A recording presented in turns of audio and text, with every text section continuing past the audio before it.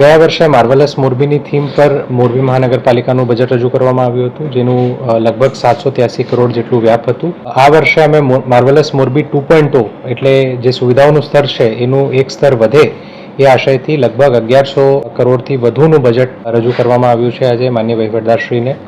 આ બજેટમાં વિવિધ જે સુવિધાઓ છે એના ઉપર ફોકસ રાખવામાં આવ્યું છે, જેમાં આઉટગ્રોથ કનેક્ટિવિટી રોડ, જેના અંતર્ગત સિટીના જે આઉટગ્રોથના ગામો છે એ બારોબાર કનેક્ટ થાય અને ટ્રાફિકને ડાયવર્ઝન મળે એના માટે અમે જોગવાઈ કરી છે. સાથે સાથ વોકેબલ મોરબી અંતર્ગત સિટીના વિવિધ વિસ્તારોમાં ફૂટપાથ સહિતના પેવર બ્લોકની વ્યવસ્થા મળે અને કોઈપણ સિટીઝન સિટીના એક છોરથી બીજા છોર સુધી ફૂટપાથ મારફત જઈ શકે એના માટે અમે આયોજન કર્યું છે.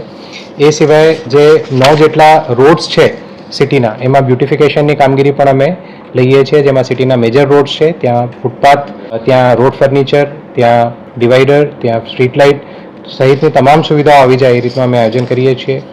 24 જેટલા સર્કલ્સનું પણ અમે આ જ રીતે અપગ્રેડેશન અને રેનોવેશન કરવા જઈ રહ્યા છે. એ સિવાય સિટીમાં 3 વ્હાઇટ ટોપિંગ રોડ્સ પણ સમાવેશ થશે. 70 કરોડના ખર્ચે વિવિધ રસ્તાનું રિસર્ફેસિંગ અને નવા રસ્તાના કામો કરવામાં આવશે. હેરિટેજની વાત કરીએ તો નહેરુ ગેટથી દરબારગઢનું હેરિટેજ પાથ ડેવલપ કરવામાં આવશે. મણી મંદિર ખાતે લાઇટ એન્ડ સાઉન્ડ શોની પણ અમે જોગવાઈ રાખેલી છે. વિવિધ વોટર ડિસ્ટ્રીબ્યુશન નેટવર્કના કામો, 2 નવા એસટીપીના કામો, ડ્રેનેજ લાઇન ડેવલપમેન્ટના કામો અને વિવિધ માર્કેટ ડેવલપમેન્ટ, જેમાં સિટીની જૂની માર્કેટ્સ પણ છે અને નવી માર્કેટ્સ ઊભી થાય એના માટે પણ અમારી પ્લાનિંગ છે. અને શહેરની સ્વચ્છતા વધે એના માટે પણ વિવિધ આયોજન અમે કર્યું છે. સિટીમાં જે ગાર્ડન્સ છે તો એમાં 3 ગાર્ડન્સનું કામ ઓલરેડી ચાલુ છે સિટીમાં. બીજા 6 ગાર્ડન્સનું કામ થાય એ રીતે અમે પ્લાનિંગ કરીએ છીએ. એ સિવાય 6 તળાવોમાં તમામ સુવિધાઓ સહિત એમાં જે બાળકોને રમવા માટેની વ્યવસ્થા પણ થઈ જાય, જે લેક છે એનું દબાણથી રક્ષણ પણ થઈ જાય અને જે પ્રાકૃતિક એના એલિમેન્ટ્સ છે એ પણ આવી જાય એ રીતની પ્લાનિંગ સહિતના 6 લેક્સનું બ્યુટિફિકેશનનું કામ પણ અમે કરવા જઈ રહ્યા છીએ. વિવિધ સ્ટ્રીટ લાઇટ વિથ પોલના કામો, ડાયનેમિક લાઇટિંગના કામો, લાઇબ્રેરી બનાવવાના કામો અને અન્ય વિગતોનું બજેટમાં સમાવેશ કરવામાં આવ્યું છે. ગયા વર્ષના બજેટનું ખૂબ સારી રીતે અમલ થયું એના માટે માનનીય વહીવટદારશ્રી અને અમારી મહાનગરપાલિકાની ટીમનું હું આભારી છું. સાથે સાથ મોરબીના સિટીઝન્સ જે લોકોએ સતત આ પ્રોસેસમાં અમારી સાથે ઇન્વોલ્વ હતા અને જ્યાં પણ એમના સજેશન્સ હતા એ અમે ધ્યાને લીધા છે.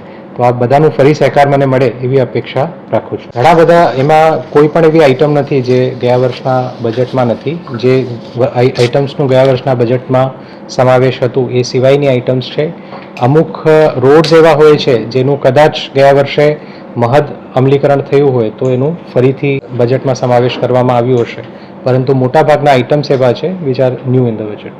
149 સજેશન્સ લોકો તરફથી મળ્યા હતા, જે પૈકી 64 સજેશન્સ જે છે એનું સમાવેશ અમે આ વર્ષના બજેટમાં કર્યું છે.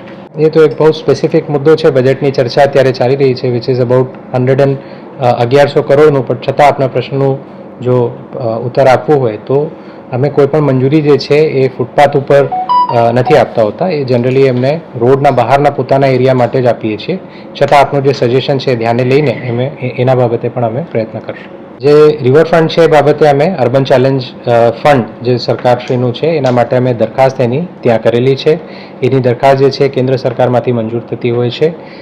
જેમ આપે કીધું કે ગયા વર્ષમાં જે આઇટમ્સનો સમાવેશ થયો હતો એ આ વર્ષના બજેટમાંના ભાગ બનવા ન જોઈએ, એ કારણે સિન્સ ગયા વર્ષે આ પ્રોજેક્ટ આવી ચૂક્યો હતો એનો અમે ઉલ્લેખ આ વર્ષના બજેટમાં કર્યું નથી. પરંતુ જો યુસીએફ અંતર્ગત આને મંજૂરી મળશે તો આનું અમલીકરણ આ વર્ષે કરવામાં આવશે.